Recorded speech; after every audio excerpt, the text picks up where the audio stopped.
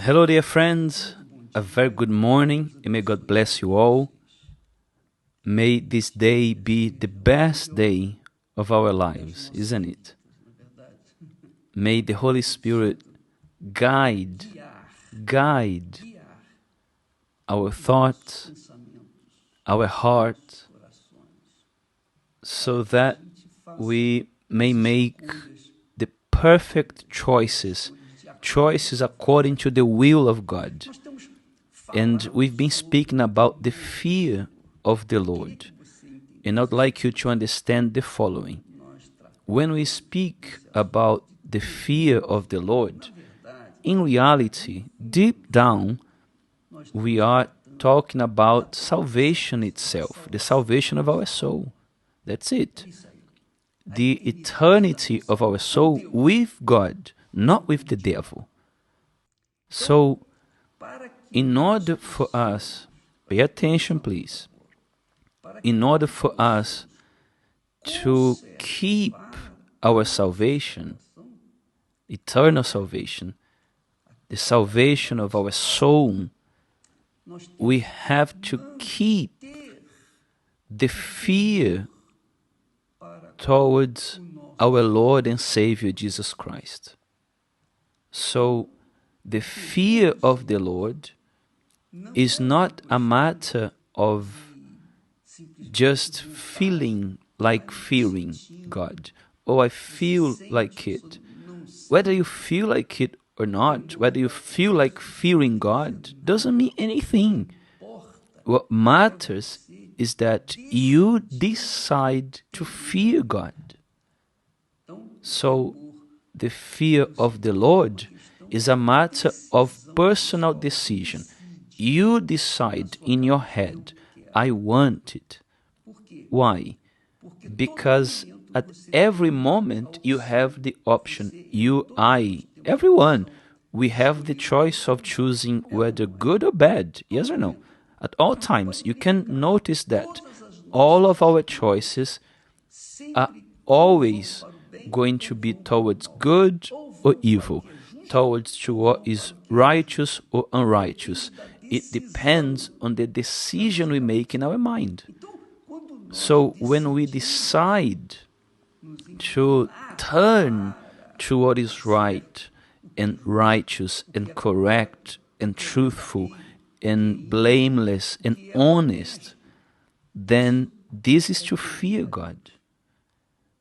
You make this decision even if it contradicts your will, even if it contradicts your feelings. But because I fear the Lord, I will not follow this path. So this is important because I believe that the fear of the Lord is our daily bread that sustains our soul with joy, firstly with peace, and secondly with joy. With peace naturally comes joy. So those who are wise, those who use their intelligence, their reasoning, obviously that they will decide to follow the path of righteousness. Because there is a verse that says, a holy text that says, that the fear of the Lord is to hate evil. So when a person hates what's evil, everything that is evil, not only evil for themselves, but for others as well, it's pointless for you not to want evil for yourself, but to wish it on others. There's more. This is very strong. The Bible says that in Proverbs that we shouldn't let our hearts be envious of sinners. Do not let your heart envy sinners, those who do not fear God. Sinners are those who don't fear God. This is a person that in reality doesn't fear God, a person who doesn't consider God. So they have their desire to possess the things that sinners have, which is the case with Asaph, that in Psalm 73 said, I was envious of the sinners, of the wicked. My feet almost slipped. I almost fell in temptation because I was observing the sinners, because apparently they prosper and they get rich, even if it's by the means of stealing, of being corrupt, deceit, and lies, but they get rich. But the end of this wealth leads to death, eternal death. So the text here says, do not let your heart, meaning your feelings, don't let your heart envy sinners, the wicked ones, those who do not fear God, but be zealous for the fear of the Lord all the day. It's our daily bread. The fear of the Lord is our daily bread.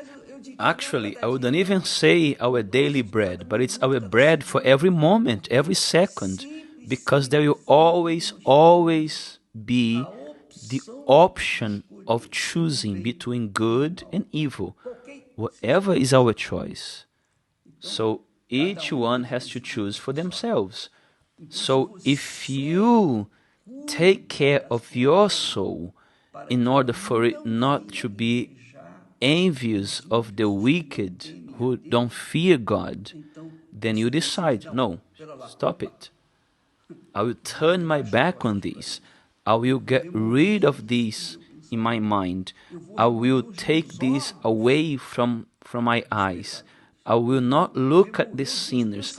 I will remove my thoughts from the wicked ones. Leave them in their wickedness. What matters is that we will take care of our own heart, our own soul, because the soul is eternal. A soul doesn't die. It lives. It will live eternally. From the moment that a person, that a woman gives birth to a child, that's it. Then that child, the soul of that child, will live eternally. Even after they go to eternity, they will live eternity either with God or they will live eternity in hell. It will depend on their choices here on earth. It will depend on their fear towards God. If they fear God, if they will fear God, if they will live in the fear of the Lord, if they will eat that daily bread, which is to fear God every day, at every moment, then the eternity of their soul will be guaranteed for all eternity. Can it be any clearer? This is not my ideology, my thoughts. No, we are speaking here of what God says in His Word. God says in His Word clearly that we cannot be envious of sinners. Do not be envious of sinners. This is to fear God. When we are not envious of sinners, then we are taking action, the action to fear God. Just to summarize then, to fear God is not a feeling, is not to feel this or that. To fear God is to run away from evil, to hate evil. To fear God is not to look at the sinners, the wicked, who are living in their sins and mistakes with envy. We have to look after our own belly bottom. Let's put it this way. When it concerns the salvation of the soul, each one has to take care of themselves. So here's the tip for you who are watching me right now, and perhaps you are getting ready now to go to work. Pay attention. Take care of your soul, because it is the most precious thing. It is eternal. The rest will be left behind. May God bless you all. And by the way, before I say goodbye, if you are that person that lives with problems, with doubts, fears, nervousness, insomnia, you are afraid of everything, you are anxious, you are nervous, you are someone who is been thinking of committing suicide, whatever sort of problems you have, it's your soul screaming for help. So take your soul today to a universal church of the kingdom of God, because there will be a spiritual cleansing, powerful cleansing for everyone, all those whose lives are heavy laden, heavy by evil spirits. May God bless you all, and I'll see you tomorrow in the name of the Lord Jesus. Amen.